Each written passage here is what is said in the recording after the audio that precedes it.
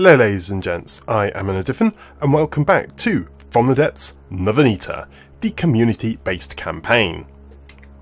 To begin with, we are in the designer because I just want to go over a couple of things which I have had updated since the previous episode.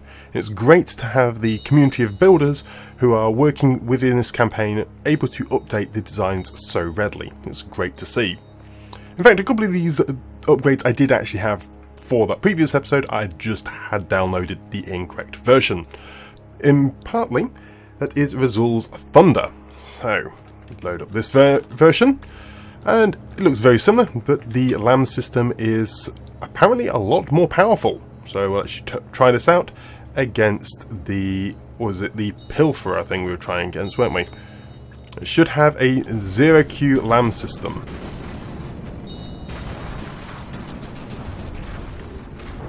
If it actually fires the cram cannons, we'll be able to see. Yep, there we go. There's the LAM system. You can see the 0Q.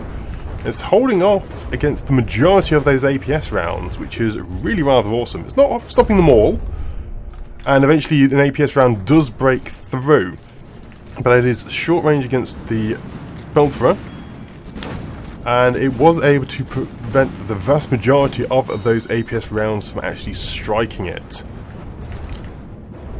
And even now it has taken a huge damage to, I think it's the ammo cache at the back, the LAM system is still operational and actually preventing a lot of additional further damage. And if this battle did continue, it's actually getting pretty close in favour. Yeah, the Pilferer is taking a lot more damage than the Thunder here, which is really rather cool. Still, the Thunder is getting pretty poor damage there, and it's now having a touch difficulty firing its weapon systems due to the fact that it's lost a lot of its engine power and stability there. Still, very, very nice improvement by actually going to a 0Q system for the LAMs. Something which I don't normally do, because I always thought the efficiency of the 4Q was a bit superior, but seeing that there, it's able to at least stop a lot of damage inbound towards it. Over to Greyfell, we also have an update on the Pocket Brawler. This one again was one I did have in the folder, but I just had included the incorrect version. So this one apparently should shoot at air targets now, not just the, I think it was anti-missiles, so yes, there we go. It is now actually shooting at air targets, though, so those now do double duty at protecting the craft and doing a nice bit of damage all in all, which is a great situation to be in. Though they aren't exactly the most potent anti-air weaponry, but that main gun at the front is actually high elevation, is able to take out air targets with relative ease, and the smaller guns I essentially consider are there to help destabilize the craft, allowing the main gun to find its mark. So again, a nice little system there, and is able to create confetti from air targets with relative ease. From Sovereign Cataclysm, we've had an update to the Impetuous Faculty. So this thing has a bit more shielding, and there's been some slight changes to the gun there as well. And this thing, I have been apparently spawning it a little bit far away, so we'll spawn it closer, and hopefully it'll be able to do its job a lot more, well, more effectively, I guess. We'll send against the River Home just to see how much damage it does to this sort of target. I say the Calmar, but it's nice to see different targets there.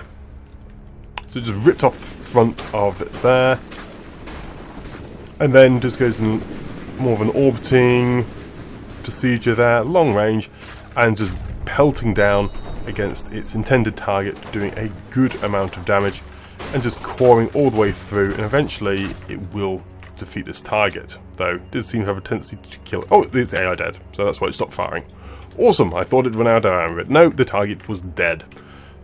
In terms of the forces we are going to be removing, we are going to be removing the Splash, that was Chokmerk's torpedo bomber. So we have the Dolphin and the Responder. The Splash, unfortunately, I did mean to remove last episode, I just forgot to actually delete it. So that will be going this episode for certain. Also, the Tier 2 bomber we had from KO 56, the B1A3, that is also going to be momentarily retired for now due to the fact that all the fragmentations were despawning, and it was reducing the damage quite considerably and probably reducing fragmentations on other vehicles in our forces as well, just reducing the damage of our entire battle group, which is not something I really want to happen. In its replacement, we have got another Tier 2 design, and that is from Shortest Viking. So we do have the Brunhild, but we also have the Brunhild Mark II. So this is the variant we're going to be incorporating in the air wing. It is a 30k design, and it is a fairly potent looking one. So there's a couple of guns at the bottom and a LAM system at the front and around the nose there. So we'll send this against... Ooh, send this one against the Prowler.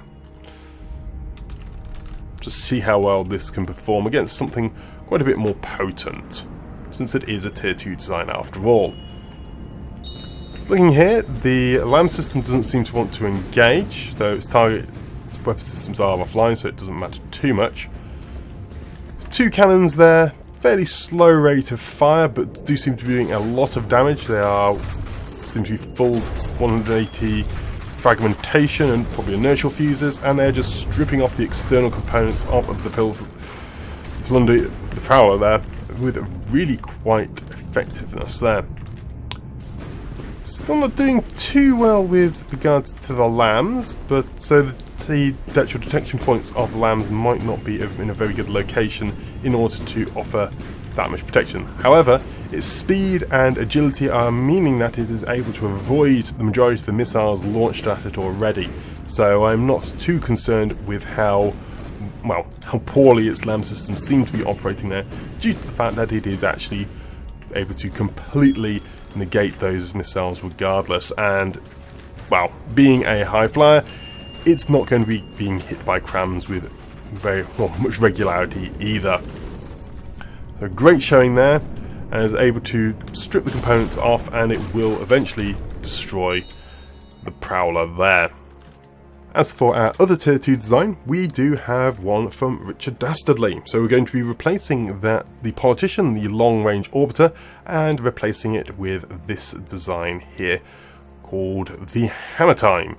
It is just shy of the 30k, and it is another orbiter, and it utilizes some really rather ridiculous shells here. Just look at that composition. I'm actually going to find the controller because this thing is amazing. So, it is a railgun. It has a lot of gunpowder casings, base bleeder, inertial fuse, frag warheads, HE warheads, secondary shaped jars, and hollow point HE.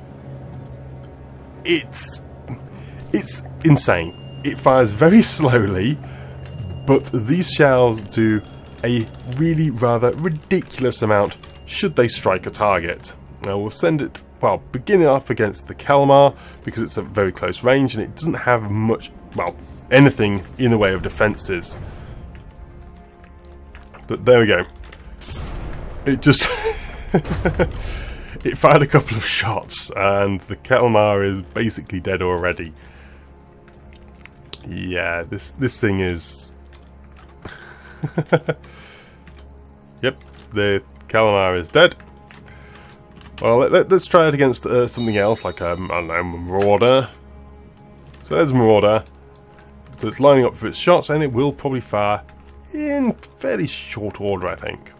Though it does take a little while due to the length of those shells. It does take a very long time to be loaded into the direct feed gun there.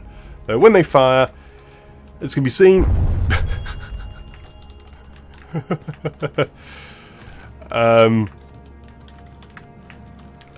I've seen cram full 2000mm cram do less damage than that. It's an amazing shell, and it should be good fun, even if it won't be necessarily as powerful or potent for cost as the Politician. But that's all part of why I'm doing this promotion system as I am, so we can mix up those designs which are, well, a little bit overpowered. Right. So the air wing, we have the Archer in, so we're going to scrap the B1A3, Get rid of that there. And in its place, I am going to load in the new vehicle of the Brunhild Mark II. I didn't spawn these in from the menu, so there might be a little bit of a problem there, but we'll deal with that. It's not too much of a problem. And also, I am going to click the auto refit. There is a version 5, so I'll update the pictures faculty. That's all good there. So they're repairing up there, and also now move over to the reserve force. Actually, no, go to this force because I need to upgrade, retrofit, yes, and also retrofit that as well. Oh, no, this one, the name's changed. It's got 15k in front of it. So Greyfell, 15k pocket brawler. So retrofit that as well. And the reserve force, the splash torpedo bomber is going to be eliminated, as is the politician here. And then from here I can load in Rich Dastardly's, well, ridiculous orbiter with its really big guns. And now, one thing I do want to do, I want to allow the deep water guards to reinforce a little bit, because, well, you can see the white flares have pretty much already started getting up to really high tiles, and it's about time we actually have some decent strength facing against the deep water guard, because, well, they are trivial at the moment. They've been far too weak, so I'm going to just spin the time on and just let things move along for a short time. Right, so the force is going on here. I eventually just decided to scrap the outpost and rebuild it. I'm going to, though I forgot to send the actual logi darts to go pick up the salvage. Right, but we do have the air wing in. Oh, and the plane. I was going to get rid of the plane, wasn't I? Because the plane is overpowered. So I'm going to scrap the plane. And I'm going to add in the interceptor from Mizar Luke. So the Trinity Interceptor from Mizar Luke. So load this in, and that can be pulled out of play and repaired along with the rest of the forces. I don't think it's going to get repaired within 20 seconds, so let's quickly save the game and I'll show you the Interceptor in the designer mode. So the Interceptor is interesting little design. It is more of a low-flying hover. It's not so much of a plane, which is why I hadn't spawned it in initially with the air wing. But still, it's got a decent shell there, and it has got, I think, those are torpedoes on the base, so it will do well against the surface forces it's going to be put against. Let's send it against the Kalmar. And there we go. Off go its torpedoes. I believe it's just a inertial fragmentation warhead at the front there. Interesting triangular design. It does mean that it can have very little shielding and be fully protected. So I think this might actually only have the 3 shields, which is good. And they are angled slightly downwards. So any shells coming towards it have a good tendency to actually ping downwards ineffectually into the sea. Because if shells do go blinging up into the sky, that is quite bad, because then it can hit allies or, well, enemies alike, I guess. It's a very fast, nimble little design. It is a little bit low, so I'm not too sure if it fits particularly well with the air wing, though I guess I could probably change that utilising the settings on the PID. But I don't think there's going to be any need. We're going to be spawning that in momentarily anyway, after this battle, because, as I said, the battle is going to be within about 15 seconds time, and I just will not be able to repair it up to, well, any combat capabilities there. Although, it's been reset. That's an interesting exploit. I did not know about that one. Learning new exploits all the time. So you can save and load, and it just comes up with a new timing there. Interesting indeed. Excellent, the hammer time is complete though, but that's basically all the resources, so it's just waiting for this force to be built, and that's going to take quite a long time, to be perfectly honest. It's up at 86%. Can this be repaired in time? Yes, it can. Excellent. So, let's merge these up, and then we'll be able to have the interceptor in as well. Let's go attack this battle force, which consists of 3 Wanders and a Sunfish. I thought I'd reduced the Wanders again. Yeah, it looks like the attack wings are consisting of very similar forces. We've got some sledges. I've got Tortuga, Urchin, Swordfish, Wanders. I've been trying to mess around with the settings, trying to make some of these forces that little bit more powerful. And I'm having variable degrees of success, I think. So the Archer, I'm going to have sitting far back because I want it to launch its crams at a safe distance. I was apparently spawning the faculty just that little bit too far away, so you need to spawn it in a bit closer. Maybe not too close. The Trinity Interceptor, again, actually, if it can stay at a decent altitude, I'll send it out about a couple of hundred. And that's the Monk. Yeah. So the Interceptor is actually low flying, but it won't be too much of a problem, I guess. I'll jump on the Brunhild Mark II. So let's begin this battle. And we have a fair air presence here. Some nice designs, and these Wanders do look very impressive, but I expect they're going to get shot out the sky fairly quickly.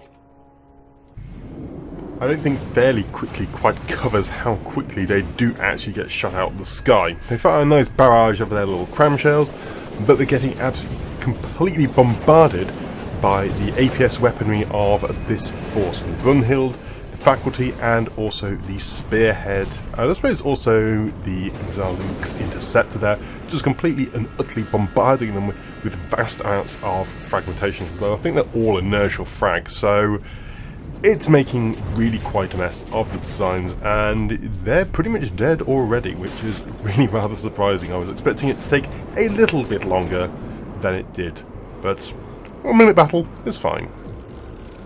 And that battle lasted even shorter than I was expecting. I didn't think that was even a minute long. Yikes. This is why I do want to just essentially sandbag a little bit, let the AI build up, and just get their strength in numbers, because some of the designs just are not showing up. I'll wait for this to get in the tile, then I'll engage it in combat. So there we go. So we have these massive cliffs to each side of us, and that is going to be a bit of an issue. So the Brunhild go there, the spearhead, the faculty, and the interceptor. So the spearhead, yeah. So we've got the archer and all that. They're going to be the main brunt. Looks like most of the enemy have spawned in. So it's several marauders there. And associated little guys. The marauders aren't really going to be much of a threat to us, I must say. No, the marauders are not that going to be particularly a threat, particularly because we do have launched a few torpedoes there straight away, and also a few bombardments of APS weaponry. Nice explosions there on the marauders, and a good close bomb there by the little bomber from Monk. Oh no, it is the Monk, isn't it? Yes, so that's doing quite well. The blimp there is spinning on its axis, which is a bit of a problem. However, the marauders, I think they actually just crashed into each other, or they were hit by another torpedo. It's difficult to tell which that was. The spearhead here has actually just run out of fuel. That is because I hadn't... Well, basically the Brunhild nicked it. As the Brunhild flew past it during this battle, it actually stole the fuel from the spearhead, so I had to quickly adjust it to give it fuel, but it is pretty much ineffectual in this combat at the moment. Still, the rest of the forces are doing nicely. The marauders are pointing in completely the wrong direction, so one of the few vehicles they can attack, that's the interceptor, they are immune to its bombardment there, because, well, they're pointing their cram cannon in the wrong direction, and their simple weapons on the sides don't really do that much damage whatsoever. These two marauders are similarly just crashing into the ground and into each other, doing lots and lots of damage to themselves there. and one just rotates around, exposing its weak side, wooden sides and the AI fairly easily as well to its underbelly, so that these, well, the APS fragmentation rounds are going to completely annihilate them very, very quickly, and also the odd cram bomb coming down from our bombers there. Excellent. That battle went very well. She didn't lose anything. One thing though, I think it was the monk ran out of fuel. So in fact, everything hold maximum fuel. Just quite a lot of resources still to go. The cramble being the thing which is slowing up, well, the majority of everything. Oh, the refinery isn't actually doing anything. It's spawning on it. There we go, and pull all. There we go, it is now actually producing fuel. I must have pulled it into play when it couldn't be generating anything, so whoops. So get rid of your fuel into this fleet, excellent. And it will also grab a load of the materials shortly as well. Also, new shield. It's a slightly different to the previous one, but it is in keeping with the existing shields. So it's the same actual style and shape. Whereas the other one was actually the reinforcement tile shield, and not the actual faction tile. Good grief, look at all those hoplites. Wow. Well, the battle is going in, and we have a lot of enemies. We've got Barracuda Falkenheim, Sea Viper, Hoplites, Wander, Monkey Barrel. Yeah, we've got quite a lot here. Thankfully, we do have a decent air force, so I have a feeling we will do well in this battle. Even his points value, the enemy do outnumber us quite considerably, and look at all of that spawning in. Because we are facing a carrier. Yikes. Well, thankfully this is the Air Force and they have interceptors. The surface fleet would definitely have trouble with this group. But I'm not saying this will necessarily be easy. We could take a lot of damage because just the sheer swarm of enemy fire could break through the defences. It's times like this when I really wish I had got my massive flak cannon in play, though unfortunately I just can't figure out a design to fit it in 15k. It can fit in at 30k, and considering this I may have to try and get it into play because this is a heck of a swarm and our force is just getting completely and utterly overwhelmed. Brunhild moving over, trying to attack targets, its land systems taking out a fair bit here and there, though the odd missile is actually getting really rather close, though the majority are getting shot out the sky with relative ease. A blast of APS weaponry flinging through the enemy vehicles there, which are probably doing over penetration on a fair number of them because, well, they're fairly wooden weak designs. One of the flyers is, one of the large flyers, taking a bit of a beating, though its weapon systems are still operational, and that is a consistent problem, it seems, with a few of our vehicles, or with this force really. It's able to do a lot of damage, and essentially knock things out of the sky fairly quickly, but actually killing them, it's quite slow at. And so I've just sped up the time a little bit faster just to try and get these enemies killed because, well, as you see, our forces are still relatively okay. We've just unfortunately had a nasty explosion on the faculty, leaving the Brunhild pretty much on its own, though it's getting very, very close to getting hit with some nasty weapons. Looks like it has actually taken a hit to the side where it detonated its ammo store, and that is a problem because, well, without ammo it's not able to maintain its damage output very, very quickly whatsoever. Thankfully, a couple of Deepwater Guard vehicles have crashed into the ground, and the Interceptor is having a good job trying to intercept them on the ground there, though it gets a little bit too close and is struck by a large explosion. Brunhild still flying around at a slight angle. It does seem to have taken a fair amount of damage. See, I've got Rambot on board trying to repair those ammo stores at the side, just to try and get it back and operational and able to destroy the targets. But it's not seemed to be the case. You've got the interceptor still going, the archer somewhere, I think it's the archer? And yes, so I think at this point I decide, you know what, I've got to get... Oh, it's the spearhead, not the archer. Sorry. And so I decide to jump out Rambot and go and capture the Deep Water Guard craft, because this thing is just going to take ages to be destroyed by the forces we have. And I'm fairly sure that I eventually find the AI and destroy it with a few strikes, though it did take a while to locate it correctly. Well, that battle took a long time, and ended up using Rambot to capture last things, because the Brunhild and the Spearhead were pretty much disabled. The Spearhead was working, but the Brunhild actually got its main cannon disabled. We also lost basically everything else in the force, so yeah.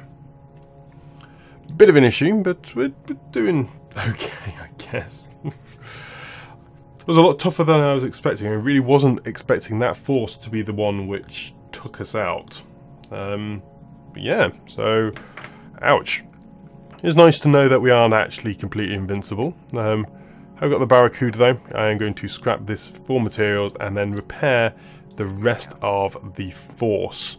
I am making note of things. Probably should maybe look at replacing a couple of these designs. Maybe, since they have died a couple of times, for example, like the monk and that, but I haven't really got the Air Force to replace them. I do have something which we could probably replace the archer with, but that isn't the one which I'm so concerned with. So, well, the air wing is getting attacked from all sides. So we've got a couple of swordfish coming in, got a load of hoplites, and yeah, wonder hoplites, all of that stuff. The archer is still not quite fully repaired. There we go, it is now ready. So we'll attack the spearheads, take them on. Let's just hop on the interceptor this time. Let's begin the battle. A much smaller force here, though they have a barrage of missiles which actually strike into the Brunhild, because they managed to strike it low and hit at the bottom, where although it has detection, it doesn't have a very good lance angle over that bottom surface, particularly as it is arcing towards its target in that manner. And it looks like the archer and the faculty just collided and broke each other entirely, which is a major problem, but they're surviving, at least just about. They're essentially disabled, and if this battle did last any longer and they took any damage, they would have likely despawned, though they're just about surviving. And as it turns to darkness, you can see the last few shots completely annihilating the last swordfish here.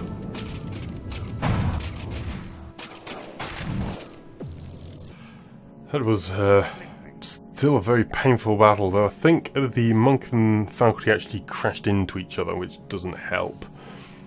I might also consider going back to a combined force. I really want this one to be a pure air force, but we seem to be suffering, taking a lot of damage each fight, and that is not something I want to really have. It looks like we have another force inbound to attack us. This is the hoplites Conga. Right, well, let's take this on as well. This looks like a rather imposing air wing. The large craft in the middle, and a load of very small fighter escorts. Which looks like a proper air wing, you know, battleship and all that. Well, hopefully it won't do extremely well and we can defeat it easily and get a lot of resources in return. That is the theory, though we are facing a decent array of APS weaponry on the Conga there, and the hoplites are, well, they're very small and they should, well, annoy us with their sheer numbers, but our interceptors and bombers are able to strike them fairly well. Again, the Brunhild takes a bit of a strike there, though it is certainly tough enough to take that all in its stride. The Conga is being the main thing, taking nasty hits.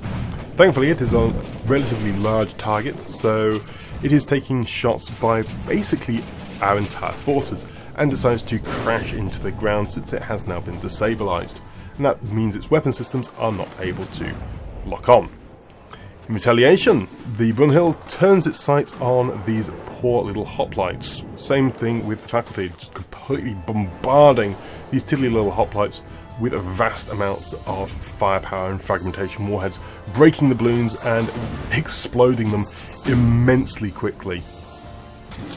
And that remains is the Conga, and this takes a really rather long time. Despite the huge amounts of APS, rapid fire, fragmentation and inertial fuses we have, to actually destroy the target is taking a very long time here, and a lot longer than I would anticipate for the damage I would expect these vehicles to be putting out at this point, indicating a slight problem. Well, against some targets they're doing pretty well, but even so, this force is suffering a fair bit in combat, I feel. The damage as planes just doesn't seem to be that high, though I think quite a lot of them are very cheap, so can't expect too much of them, I guess. I can resupply them with fuel again. Fantastic. The Lodge Dart still has a load of fuel on board. Brilliant. However, we're down to just the Cramble and the Pocket Brawler now. Doing a lot closer with regards to the resources. Part of this episode is to get a lot tougher Deepwater Guard forces spawning in, so I am just essentially stalling this episode. Though I'm hoping the battles will, help mitigate the idleness which I am doing.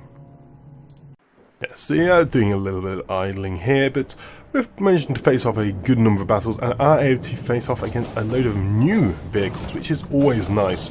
I do like to fight different vehicles, different battle setups. Facing those same few, like the hoplites in the previous episodes, was getting a little bit irritating. So I am glad that although we are still facing a good number of Wanders and hoplites, we are facing some of the other designs of the Deepwater Guard. Even if some of them are not, well, particularly showing their immense strength or prowess because of how we are hard countering them with our particular vehicles. Unfortunately, the Interceptor did kind of crash and get despawned there, which is whoops. However, the rest of the vehicles do fine and annihilate the target relatively quickly. Oh dear, we lost the Monk and the Interceptor again. Although I quite like the Monk, it isn't pulling its weight anymore, so I think I am going to have to scrap it because it has died quite a number of times now over the last few episodes. I haven't got anything in mind, so I will put it on a pending refit. Now, as I did mention, I might look into making this force not pure air anymore, and that will allow it to function a little bit more readily with regards to what I can fit in it, because I don't have a vast quantity of air forces so far in the 15k bracket. But I do have quite a lot of ships still though remaining, so I think if I make it a combined force it will do a lot better. Let's advance up and take out the Tortuga force here as well, and that will probably be it for this episode. Let's go fight this battle against all of these enemies. So you can see the whole array of stuff beginning to launch up into the sky, and those things were the things which pretty much destroyed us last time, so good luck. Yes, the Tweeties. These things are remarkably annoying to kill. I've been trying them a little bit around after seeing them in this episode, and yes, they are really rather annoying to kill. They did a remarkable job in the first battle we faced them off, and you can see already they're doing really rather well, doing a swarm, swinging around, actually almost flying in formation, which, considering the default AI, is a really impressive feat. I do believe that's because each one is actually a separate vehicle and has got different settings on its AI, but even so, not having a load of small little drones like that crash into each other immediately is really good. However, the Brunhild is doing a remarkable job at keeping itself at bay, shooting down all the missiles from the Tortuga, and it's just trying to shoot all these very erratic designs, and also focusing on the actual Tortuga itself, which is a very, very robust, heavily armoured design there. It's just taking a lot of hits and just tanking a huge amount of damage due to its sheer scale, and it's not necessarily very high firepower in its own right.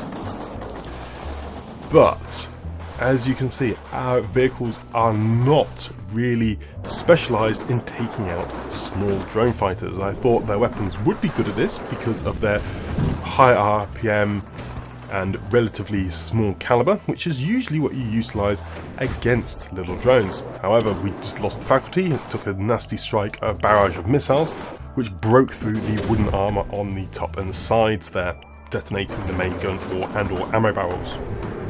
So it's really left up to the Brunhild, which seems to be good against surface craft, but just doesn't seem to have the tracking to take on these little drones. So deciding to actually come out with Rambot and try and capture the Tortuga to at least give the Brunhild a fighting chance against, well, the actual drones. So I noticed one of the drones has crashed. I think, you know what, let's go capture that. At this point I decide to jump out the side of a hole in the actual Brunhild to go capture the small little drone which is on the floor, and then go and capture the Tortuga itself, because just to allow our forces a fighting chance against the ensuing horde. This has the added bonus of giving me access to guns, which I use to destroy a couple of the Tweeties, though by looks of it they're actually being drawn in by the docking clamp already, despite them being hostile. Still, I managed to capture them and add them to the force at least.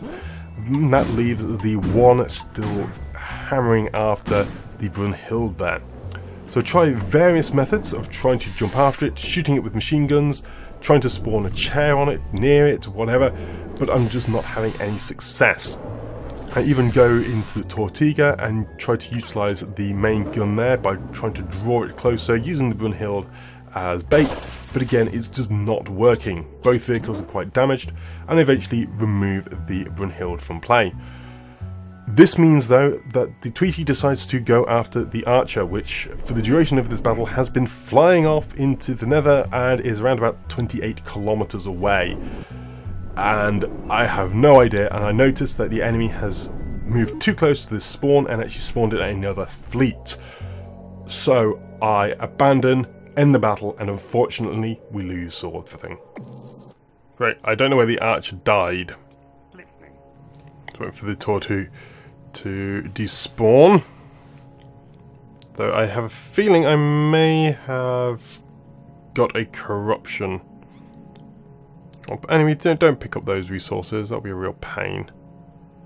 Right, well, yep, we lost.